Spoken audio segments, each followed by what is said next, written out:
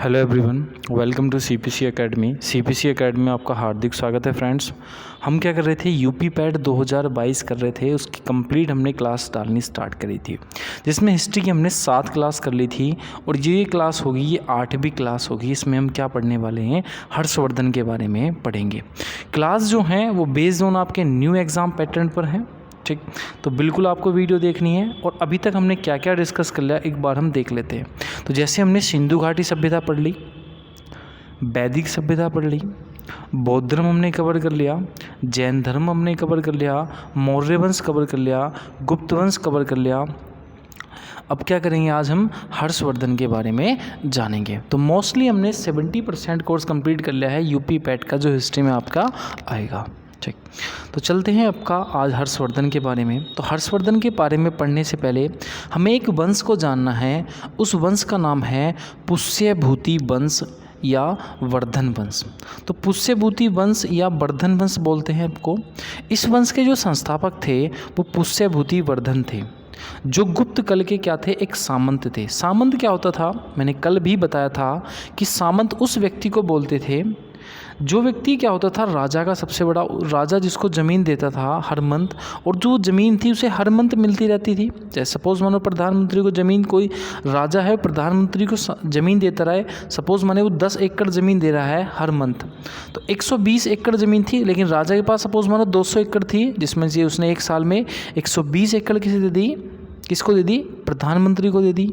तो ताकतवर कौन हुआ, राजा हुआ। तो ऐसे ही राजा जो थे, राजा जमीन पैसे ना देकर सेना को क्या देते थे, जमीन दान में देते थे। और जमीन दान में देते थे, इन्हें क्या बोलते थे, सामंत कहा जाता था।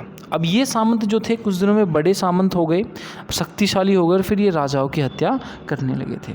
तो पुष्यमिति शुंग वंश की अगर मैं बात करूं तो पुष्यमिति वर्धन थे इस वंश के संस्थापक। इन्होंने अपनी राजधानी जो थी वो हरियाणा से कहाँ बनाई थी, थानेश्वर बनाई थी। और इस वंश का अगलग शासक था प्रभाकर वर्धन। कौन थे, प्रभाकर वर्धन थे इस वंश के अगले शासक। और प्रभाकर वर्धन के, ये थोड़ा, प्रभाकर वर्धन के 3 संतान थी। पहली संतान का नाम था राजवर्धन, दूसरी संतान का नाम था हर्षवर्धन, और तीसरी उनकी पुत्री थी राज्यश्री। तो उन प्रभाकर वर्धन की कितनी संतान थी, 3, राजवर्धन, हर्षवर्धन और राज्यश्री। और हर्षवर्धन के पिता का नाम क्या था, प्रभाकर था, ठीक। अब देखो, राज्यश्री का जो विवाह हुआ था हर्षवर्धन की बहन का, वो हुआ था कन्नौज के राजा थे ग्रहबर्मन से हुआ था। लेकिन मालवा के शासक देवगुप्त ने ग्रहबर्मन को क्या दिया, मार दिया, और हर्षवर्धन की बहन राज्यश्री को भी वो मारने का प्रयास किया उसने। लेकिन राजश्री जो थी वो जंगल में भाग गई। जब इस बात का पता राजवर्धन को पड़ा तो उसने क्या करा, जिसने उसकी मृत्यु करी थी, किसने, ग्रहबर्मन की किसने करी थी, देवगुप्त ने, उसकी राजवर्धन ने क्या कर दी, हत्या कर दी। क्योंकि उसने क्या करा था, उसके अपनी बहन के पति की को मारा था। राजवर्धन ने क्या करा, देवगुप्त को मार दिया। अब एक आता है गौड़ शासक संघाई। तो गौड़ शासक संघाई थे, ये बंगाल के शासक थे। इन्होंने राजवर्धन की क्या कर दी, हत्या कर दी। और साथ ही जो बोधि वृक्ष था, जिसमें बौद्धों ने, गौतम बुद्ध ने आपकी क्या ली थी, जिस वृक्ष के नीचे इन्होंने बैठकर ज्ञान प्राप्त करा था, इस बोधि वृक्ष को भी किसने कटा दिया, संघाई ने कटा दिया। और उसके बाद होता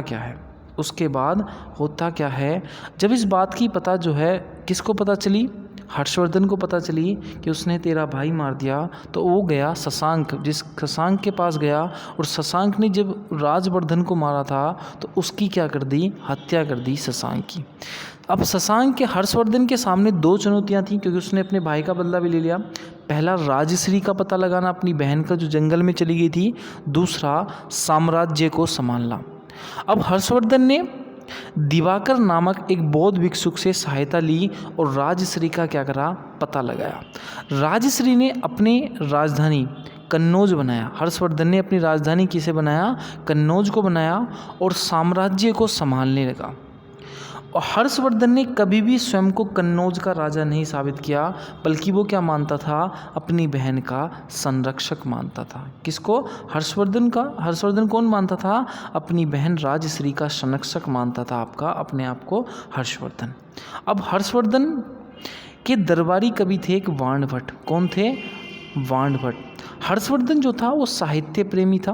पहली चीज़, इसने 3 पुस्तकें भी लिखी हैं। पहली लिखी है नागानंद, दूसरी लिखी है आपकी रत्नावली, और तीसरी लिखी है प्रियदर्शिका। तो कौन कौन सी पुस्तक लिखी है? नागानंद लिखी है, रत्नावली लिखी है, प्रियदर्शिका लिखी है। अब देखो होता क्या है। अब हर्षवर्धन को देखो, पहले हमने देखा था कि इसका कवि कौन था, इसके दरबारी कवि वाणभट्ट था, साहित्य प्रेमी था, 3 पुस्तक लिखी। अब हर्षवर्धन को शिलादित्य भी कहा जाता है। क्या कहा जाता है? शिलादित्य भी कहा जाता है आपका हर्षवर्धन को। इसके काल में चोर डाकू का बोलबाला था। किसके? हर्षवर्धन के। इसके समय मथुरा जो था वो सूती वस्त्र का केंद्र था। जो मथुरा था वो सूती वस्त्र का केंद्र था आपका। कौन? मथुरा। इसके समय जो है हर्षवर्धन के समय एक चीनी यात्री आया था हेनसांग। तो हेनसांग ने किसके समय में यात्रा करी थी? तो वो यात्रा करी थी आपकी हर्षवर्धन के। तो 629 ईस्वी में जब हेनसांग जो था कहाँ आया था? हर्षवर्धन के दरबार में आया था।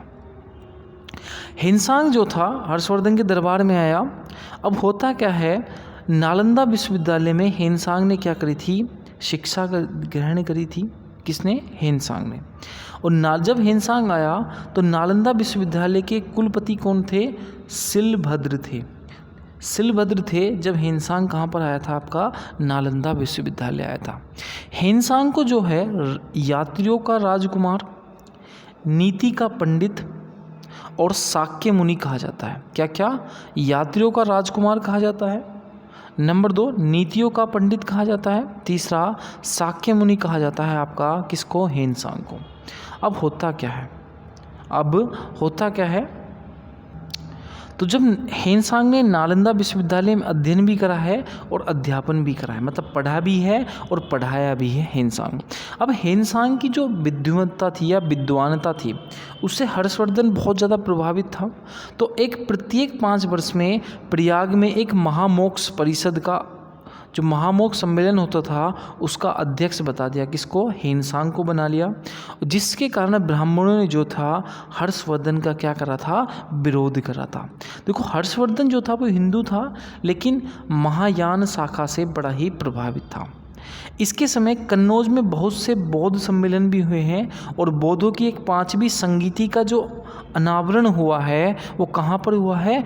कन्नौज में हुआ है। और किसके शासनकाल में? हर्षवर्धन के शासनकाल में। अब देखो हर्षवर्धन ने उत्तर भारत को, जितना भी आपका उत्तर भारत था, इन सबको जीत लिया, और लेकिन वो जो था आपका कश्मीर के हिस्से को नहीं जीत पाया। कौन? हर्षवर्धन। उत्तर भारत को जीत लिया था बट कश्मीर को नहीं जीत पाया था। हर्षवर्धन ने देखो दक्षिणी भारत का अभियान चलाया, किंतु नर्मदा नदी के तट पर दक्षिणी भारत में चालुक्य राजा पुलिकेशिन द्वितीय से वो क्या हो गया था? पराजित हो गया था। तो जो हर्षवर्धन था इसने उत्तर भारत तो जीत लिया, दक्षिणी भारत में नर्मदा नदी पर एक चालुक्य शासक थे पुलिकेशिन द्वितीय से वो क्या गया था? हर्षवर्धन हार गया था। इसकी जानकारी जो मिलती है वो पुलिकेशी द्वितीय मतलब अभिलेख से मिलती है, ऐहोर अभिलेख से। कर्नाटक में स्थित है ऐहोर अभिलेख, यहाँ से इस चीज़ की जानकारी मिलती है। 647 ईस्वी में क्या हुई थी? हर्षवर्धन की मृत्यु हो गई थी। कब हुई थी? 647 ईस्वी में हर्षवर्धन की मृत्यु हो गई थी। देखो हर्षवर्धन की कोई ना तो संतान थी, जिस कारण इस वंश का क्या हो गया? पतन हो गया। और हर्षवर्धन की मृत्यु के बाद उत्तर भारत की जो राजनीति भी थी वो शून्य होगी, क्योंकि हर्षवर्धन की मृत्यु के युग को क्या कहा जाता है? युग परिवर्तन कहा जाता है। क्योंकि हर्षवर्धन के बाद उत्तर भारत में कोई भी क्या नहीं था? योग्य शासक नहीं था। और इस चीज़ को क्या कहा जाता है? हर्षवर्धन की मृत्यु को राजनीतिक शून्य कहा जाता है और युग परिवर्तन कहते हैं हर्षवर्धन की मृत्यु के बाद को। तो ये हमारा क्या हो गया? हर्षवर्धन कंप्लीट हो गया। तो फ्रेंड्स अगर आपने हर्षवर्धन देख लिया है तो एक भी क्वेश्चन नहीं बचेगा जो आपके यूपी पैट में हर्षवर्धन से आया हो और इस वीडियो में ना मिला हो। तो मिलते हैं अपनी नेक्स्ट वीडियो में नेक्स्ट टॉपिक के साथ। आपको वीडियो कैसी लगी कमेंट बॉक्स में ज़रूर बताना है। मिलते हैं, तब तक के लिए जय हिंद जय भारत।